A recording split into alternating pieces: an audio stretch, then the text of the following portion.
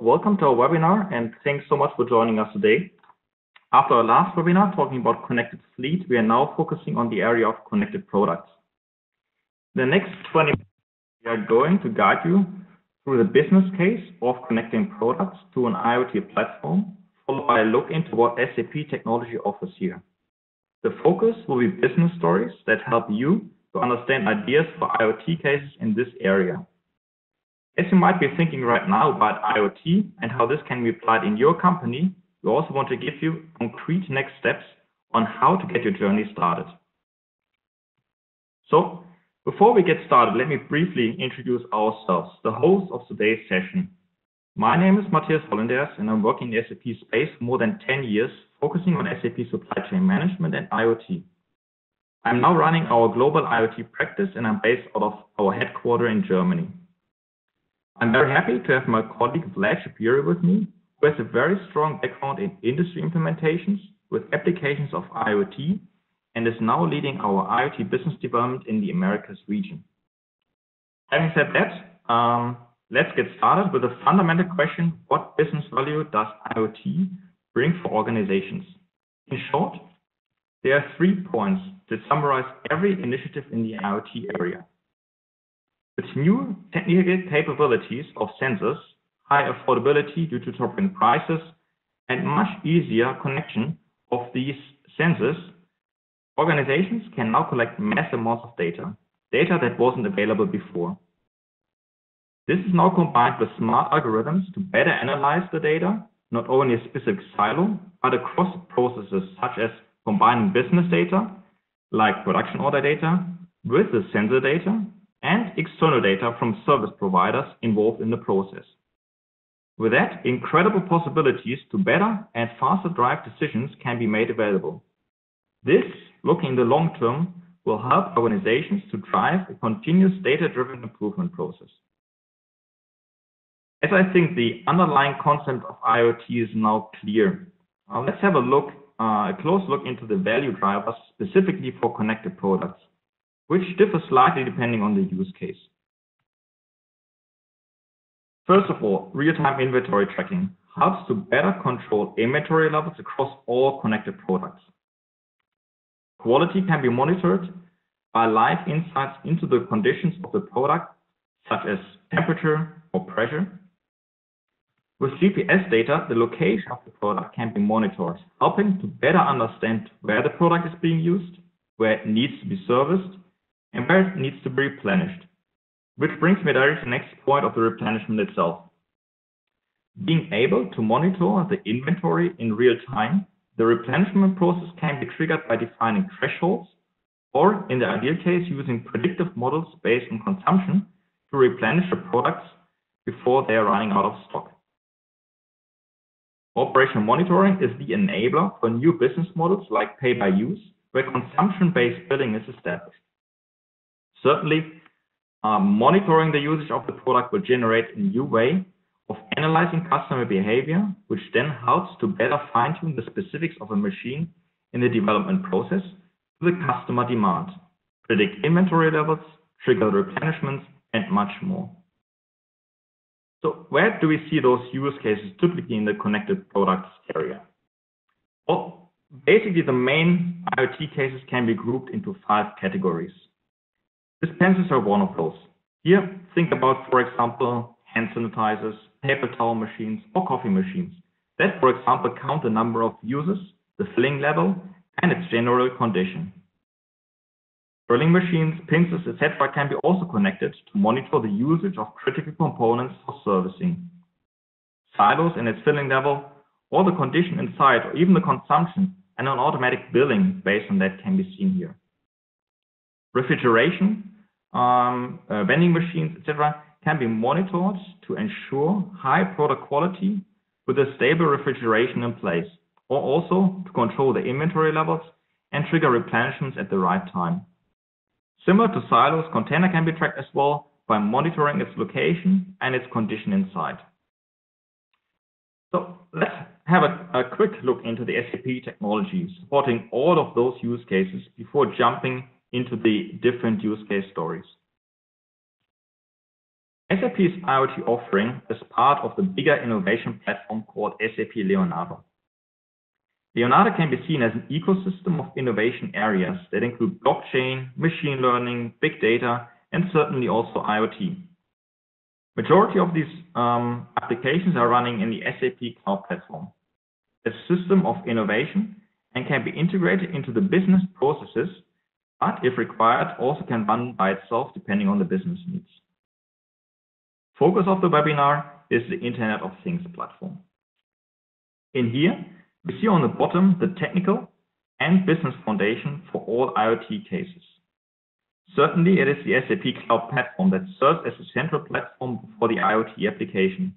It comes with all relevant capabilities to connect devices, reading different formats, managing devices, setting up the digital twins, and enabling everything required to run specific IoT applications on top. Edge computing, as shown on the bottom left, is enabling the processing of data at the device, product, or thing itself. Most of the data needs to be pre-processed before it's sent into the central cloud platform, or even requires only local processing at the thing or product itself. On top of this foundation, various IoT applications can be used that are grouped into the 6 categories we see here in the picture. Highlighted in blue are these areas we from Westernacher are focusing on, as this is where we see the main use cases coming from. For sure, we are today focusing on the connected products category. Drilling down into that category and its ecosystem of SAP application in there, we have highlighted SAP Connected Goods, as this is the application that is covering the use cases and business benefits we are discussing today. This SAP application provides powerful features connecting various products and tight integration into the end-to-end process. Here I also want to highlight that in one of our next webinars of our IoT series, we will look into the details of that solution. And we're also very proud to have the SAP development team running the session together with us. So please watch out for that specific webinar. As already mentioned, one of the strengths of the SAP IoT platform is its integration into the SAP business processes, where we see, for example, the integration into the ERP billing for any pay-by-use model, or into the predictive maintenance and service to further use predictive models, which are then triggering a maintenance request in the ERP system. Or think of external service providers that trigger service requests in their SAP CRM system. Whenever the connected products and its processes need to be tracked, the powerful SAP Global Track and Trace capabilities can be reused, and and also your inventory planning in SAP IBP can be fed with the data from the connected product. And these are only a few examples of that huge integration aspect that provides tremendous value for your IoT use case. So now, having gained understanding of the high-level business and IT side for the connected products IoT use cases based on SAP technology, I'm happy to hand over to Vlad to guide us through the main use case stories for silo management, vending machines, coffee machines, and construction equipment. Thank you, Matthias. So now that we've discussed the Leonardo solution offerings, let's explore in more detail the value that a connected products initiative can bring to specific stakeholders. As Matthias just mentioned, we will demonstrate 4 common scenarios and discuss the specific benefits of such projects. For the sake of time, we will show the user interface for only the first scenario. So if you would like to see how we have visualized relevant KPIs for the other 3 user roles, we would be more than happy to walk you through them in a one-on-one session and answer any questions which you may have in detail. So for the first scenario, we will look at an organization whose business is to operate a large number of commercial silos. The use case is relevant both for the chemical and agricultural industries. Now let's think about the specific role of a supply chain manager in such a company. Let's call her Sally. And Sally's life is not that easy. Her job is to look after a few dozen such silos containing a wide variety of products. And for each of them, she not only needs to make sure that the various storage condition requirements are met, but that also both inbound and outbound deliveries are timely and accurate. Now, traditionally, Sally's role would come with a few substantial challenges. Most of the inventory that finds its way into a silo must be stored within a specific range of temperature and humidity, and it takes a lot of coordination and labor to inspect the conditions in person. With that, since the silos can only be checked only on an interval basis, Sally can only react to problems after the fact, and usually with a substantial delay. Finally, the inbound and outbound delivery coordination to various locations is a manual and laborsome process that consumes a huge amount of Sally's day-to-day. Now let's see how Sally's life changes with the introduction of connected products. A combination of really just a few simple sensors, for example, ones which measure temperature and fill level, together with an actionable and intuitive representation of the collected data can make all the difference. Let's take SAP's Connected Goods dashboard as an example. As you can see, with its help, Sally can get an immediate overview of all the silos and their key indicators. Depending on the need, she can choose to consume this information through a geographic representation or through a simple list view. If she then needs to drill in on the region's indicators in more detail, she can explore any KPI that's relevant to her. In this case, she can look at the history of outbound and inbound deliveries, fill rates, storage conditions and anomalies, etc. If she then requires a more detailed view of a specific silo, she's able to drill into a specific unit. As we mentioned earlier, the digital twin made possible by Connected Goods incorporates multiple types of data. The metadata of the silo, outlining basic information, for example, like the ID number, address, connectivity status, etc. The integration to other IT systems, for example, allowing Sally to automatically message a repair crew assigned to a specific silo. System alerts triggered by a set of custom rules that can be customized specific to the role. And of course, last but not least, live and historic sensor data that gives Sally both a live view of the silo and allows her to track long-term patterns. This Connected Goods initiative makes Sally's life easier in a number of concrete ways.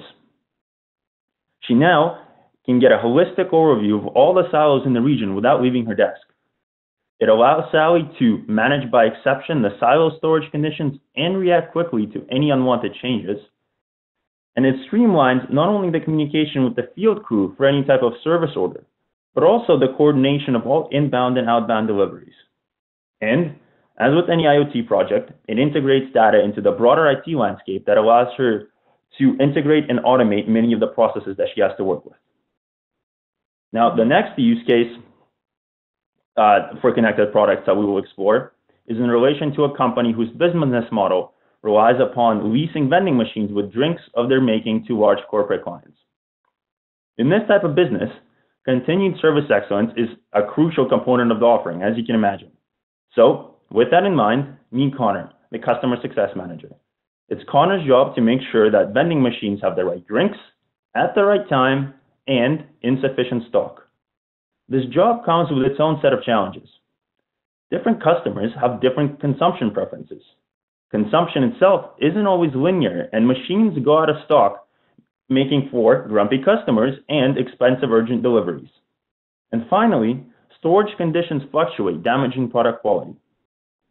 How does the Connected Products initiative play into this? With its help, Connor can now get a granular view of customer behavior that allows for data-driven customer segmentation, streamlined restock orders based on consumption patterns, improved customer satisfaction through optimal storage conditions. In other words, the drinks are chilled and yummy and they're there.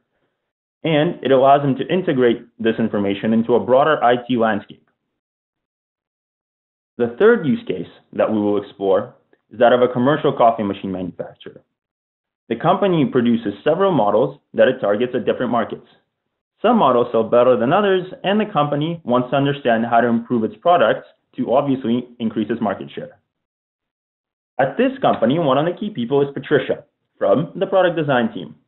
Her job is to design the best possible coffee machine, but as you can imagine, this mission comes with a number of challenges. Some customers complain about the quality of the coffee, but when they do tests in the company laboratory, this doesn't reveal any defects in the product. there is constant pressure to decrease production costs while keeping customers happy with the product. At the same time, there's pressure to increase product lifespan without increasing costs. And as an additional problem, added features and coffee options for some reason don't always yield better sales. How would Patricia's life change with IoT? She would now have the ability to monitor machine performance and identify real-life weak spots, not just in the lab. She would be able to identify customer preferences and adjust product design accordingly. A predictive maintenance initiative would allow to make each machine live much longer. And as always, she would be able to integrate the data collected from machines into the broader IT landscape. Now, the final profile that we will explore is that of a construction equipment manufacturer looking to transition to a pay-per-use model. Such a company needs to have multiple customers, all of whom use various types of equipment produced by the company. As a sales manager in this type of organization, you face a number of challenges that are familiar to those dealing in expensive and complicated good types.